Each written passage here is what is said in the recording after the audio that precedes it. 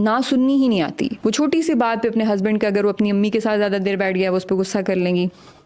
अब मैं ये नहीं कह रही कि हस्बैंड हमेशा ठीक होते हैं, बट मैं जिस चीज़ पे बात करने की कोशिश कर रही हूँ उस पर फोकस करें। बहुत सारी ऐसी मैंने देखी हैं ख़वातीन जो ओवरली सेंसिटिव होती हैं, और वो ओवर सेंसिटिविटी कहाँ से आती है?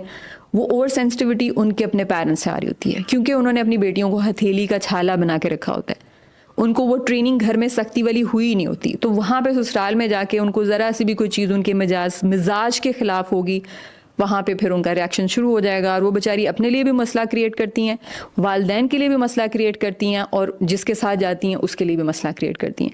सो अपनी बेटियों के ऊपर जिम्मेदारियाँ डालें, उनको घर के काम सिखाना। मतलब हम आजकल के दौर में जैसे बहुत गलत समझते हैं कि पढ़ाई इज़ एवरीथिंग, और ऑनेस्टली स्पीकिंग मेरी अपनी भी तरबियत कुछ इसी तरह से हुई, और मुझे ये चीज़ें लाइफ ने टफ वे में मैंने ये चीज़ें सीखी।